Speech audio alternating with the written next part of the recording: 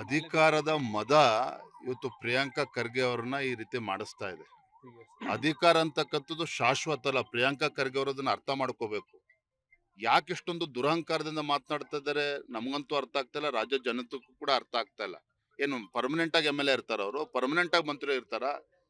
ಏನೋ ಶಾಸಕರಾಗಿ ಆಯ್ಕೆ ಆಗಿದಿರಿ, ಮಂತ್ರಿ ಆಗಿದಿರಿ, ನಿಮ್ಮ ಅಧಿಕಾರವನ್ನ ಸದ್ಬಳಕೆ ಮಾಡ್ಕೊಂಡು ಯಾವ ರೀತಿ ಯುವ ಜನತೆಗೆ ಅನುಕೂಲ ಮಾಡ್ಬೇಕು ಅದ್ರ ಕಡೆ ಅವರು ಗಮನ ಹರಿಸ್ಬೇಕು. ಈ ರೀತಿ ದುರಹಂಕಾರದಿಂದ ಮಾತನಾಡಿ ಯುವಕರ ಮನಸ್ಸಿಗೆ ನೋವು ತರ್ತಕ್ಕಂಥ ಕೆಲಸ ಅವರು ಮಾಡಬಾರ್ದು. ಕಾಂಗ್ರೆಸ್ನಲ್ಲಿ ಅಸಮಾಧಾನಿತರಾಗಿರ್ತಕ್ಕಂಥ ಸಂಪರ್ಕ ಮಾಡೋ ಪ್ರಯತ್ನ ಬಿಜೆಪಿ ಮಾಡ್ತಾ ಇದೆ. ಇಲ್ಲಿ ಅಸಮಾಧಾನ ಇರುವಂತದ್ದು ಸಿದ್ದರಾಮಯ್ಯನವರು DK ಶಿವಕುಮಾರ್ ಮಧ್ಯೆ. ನಮಗೇನು ಅಸಮಾಧಾನ ಇಲ್ಲ. ರಾಜ್ಯದ ಜನ ನಮ್ಮನ್ನ ವಿರೋಧ ಪಕ್ಷದಲ್ಲಿ ಕೂರಿಸಿದ್ದಾರೆ. ವಿಪಕ್ಷದಲ್ಲಿ ಕೂತ್ಕೊಂಡು ನಾವು ಯಾವ ರೀತಿ ನಾವು ಚಟುವಟಿಕೆ ಮಾಡ್ಬೇಕು ಅದ್ ಮಾಡ್ತಾ ಇದ್ದೇವೆ. ಇನ್ನೂ 2 ವರ್ಷಗಳ ಕಾಲ ನಾವು ಕಾಯ್ತೇವೆ ವಿರೋಧ ಪಕ್ಷದಲ್ಲಿ ಕೂತ್ಕೊಂಡು. ನಮ್ಗೇನು ಆತುರ ಇಲ್ಲ. ಇವತ್ತು ವಾಸ್ತವಿಕ ಸತ್ಯ ಏನು, ಮುಖ್ಯಮಂತ್ರಿಗಳು ಸಿದ್ದರಾಮಯ್ಯನವರು ಮುಖ್ಯಮಂತ್ರಿಗಳು ಇದ್ದಾಗ DK ಶಿವಕುಮಾರ್ ಅವ್ರಿಗೆ ತೊಂದರೆ ಕೊಡುವಂತ ಕೆಲಸ ಮಾಡಿದ್ರು. ಈಗ DK ಶಿವಕುಮಾರ್ ಅವ್ರು ಮುಖ್ಯಮಂತ್ರಿ ಆದ್ಮೇಲೆ ಈಗ ಸಿದ್ದರಾಮಯ್ಯನವರು DK ಶಿವಕುಮಾರ್ ಇಳಿಸೋದಕ್ಕೆ ಏನ್ ಗುದ್ಲಿ ಪೂಜೆ ಮಾಡ್ಬೇಕು ನೆನ್ನೆ ಮಾಡಿದ್ದಾರೆ. ಮಂತ್ರಿ ಮಂಡಲ ವಿಸ್ತರಣೆಗೆ ಅವ್ರು ಬಂದಿಲ್ಲ ಸಿದ್ದರಾಮಯ್ಯನವರು. ಇವರ ಸಿದ್ದರಾಮಯ್ಯನವರು ಮತ್ತೆ DK ಶಿವಕುಮಾರ್ ಮಧ್ಯೆ ಆಗ್ತಾ ಇರುವಂತಹ ಒಳ ಜಗಳ, ಗೊಂದಲ ಇವತ್ತು ರಾಜ್ಯವನ್ನ ಬಲಿ ತೆಗೆದುಕೊಳ್ತಾ ಇದೆ. ಇವ್ರಿಗೇನಾಗ್ಬೇಕಾಗಿರೋದಿಲ್ಲ.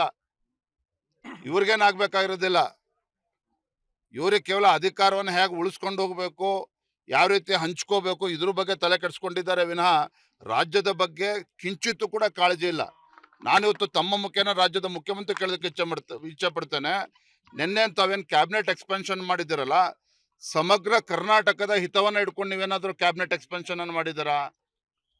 7-8 ಜಿಲ್ಲೆಗಳಿಗೆ ಇವತ್ತು ಕ್ಯಾಬಿನೆಟ್ ಅಲ್ಲಿ ರೆಪ್ರೆಸೆಂಟೇಷನ್ ಇಲ್ಲ. ಮಂಕಾಳ್ ವೈದ್ಯ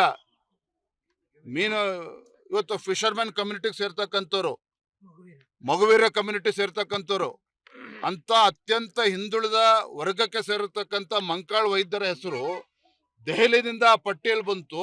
ಇಲ್ಲಿ ಕಟ್ ಮಾಡುವಂತ ಕೆಲಸ ಮಾಡ್ತು ಅಂತ ಹೇಳಿದ್ರೆ ಇವತ್ತು ಆ ಸಮಾಜದ ಬಗ್ಗೆ ಯಾವ ರೀತಿ ಕಳಕಳಿ ಇಟ್ಕೊಂಡಿದ್ದಾರೆ ಮಾನ್ಯ ಮುಖ್ಯಮಂತ್ರಿಗಳು ಅಂತ ಹೇಳಿ ಇದ್ರಲ್ಲೇ ಗೊತ್ತಾಗ್ತದೆ. ಅದೇ ರೀತಿ ಚಿಕ್ಕಮಗಳೂರಿನಲ್ಲಿ ಆ ಹೆಣ್ಮಗಳು ಇವತ್ತು ಕ್ಯಾಬಿನೆಟ್ ಅಲ್ಲಿ ಹೆಸರು ಬಂತು. ಹಾಲು ಮತಸ್ಥ ಸಮಾಜಕ್ಕೆ ಸೇರಿರ್ತಕ್ಕಂಥ ಗಾಯತ್ರಿ ಅವರು, ಅವರ ಹೆಸರು ಬಂದು ದೆಹಲಿಯಿಂದ ಬಂದ್ರು ಕೂಡ ಇಲ್ಲಿ ಕಟ್ ಮಾಡುವಂತ ಕೆಲಸ DK ಶಿವಕುಮಾರ್ ಅವರು ಮಾಡಿದ್ದಾರೆ ಮುಖ್ಯಮಂತ್ರಿಗಳು. ಇದರಲ್ಲೇ ತೋರಿಸ್ತದೆ ಮಾನ್ಯ ಮುಖ್ಯಮಂತ್ರಿಗಳಿಗೆ ಸಿದ್ದರಾಮಯ್ಯನವ್ರ ಬಗ್ಗೆ ಮತ್ತು ಹಾಲು ಮತಸ್ಥ ಸಮಾಜದ ಬಗ್ಗೆ ಎಷ್ಟು ದ್ವೇಷ ಇದೆ ಇದರಲ್ಲೇ ಗೊತ್ತಾಗ್ತದೆ. ಹೆಣ್ಮಕ್ಳ ಬಗ್ಗೆ ಎಷ್ಟು ಗೌರವ ಇಟ್ಕೊಂಡಿದ್ದಾರೆ ಮುಖ್ಯಮಂತ್ರಿಗಳು ಇದರಲ್ಲಿ ಗೊತ್ತಾಗ್ತದೆ. ಹಾಗಾಗಿ ಇದನ್ನ ಸಿದ್ದರಾಮಯ್ಯನವರೇ ಕ್ಯಾಬಿನೆಟ್ ಎಕ್ಸ್ಪೆನ್ಷನ್ಗೆ ನೆನ್ನೆ ರಾಜಭವನಕ್ಕೆ ಬರ್ದೇನೆ ಅವರ ಒಂದು ಏನು ಸಹಮತ ಇಲ್ಲ ಅನ್ನೋದನ್ನ ಅವ್ರು ತೋರಿಸ್ಕೊಟ್ಟಿದ್ದಾರೆ. ಅಸಮಾಧಾನವನ್ನ ತೋರಿಸ್ಕೊಟ್ಟಿದ್ದಾರೆ ನೆನ್ನೆ ಸಿದ್ದರಾಮಯ್ಯನವರು.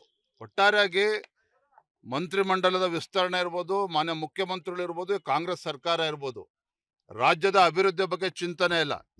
ಕೇವಲ ರಿಯಲ್ ಎಸ್ಟೇಟ್ ಬಗ್ಗೆ ತಲೆ ಕೆಡಿಸ್ಕೊಂಡಿರ್ತಕ್ಕಂಥ ಮುಖ್ಯಮಂತ್ರಿ ಬಿಡದಿ ಟೌನ್ಶಿಪ್ ಬಗ್ಗೆ ತಲೆ ಕೆಡಿಸ್ಕೊಂಡಿದ್ದಾರೆ ವಿನಃ ಕನಕಪುರ ಏರ್ಪೋರ್ಟ್ ಬಗ್ಗೆ ತಲೆ ಕೆಡಿಸ್ಕೊಂಡಿದ್ದಾರೆ ವಿನಃ ರಾಜ್ಯದ ಅಭಿವೃದ್ಧಿ ಬಗ್ಗೆ ಏನೂ ಕೂಡ ಇವತ್ತು ಆಲೋಚನೆ ಇಲ್ಲ ಇವತ್ತು ರಾಜ್ಯ ಸರ್ಕಾರಕ್ಕೆ, ಮಾನ್ಯ ಮುಖ್ಯಮಂತ್ರಿಗಳಿಗೆ.